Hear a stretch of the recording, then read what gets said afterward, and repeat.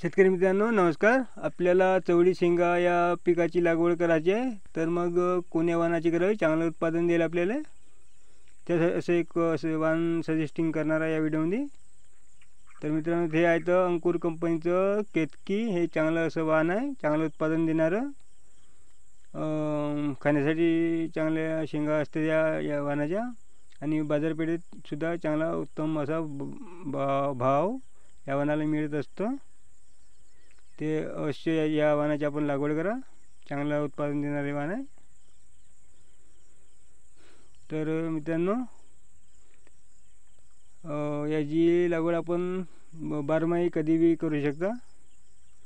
आपल्याला किंवा बी या वाणाचं उत्पादन चांगल्या प्रकारे आपल्याला मिळते.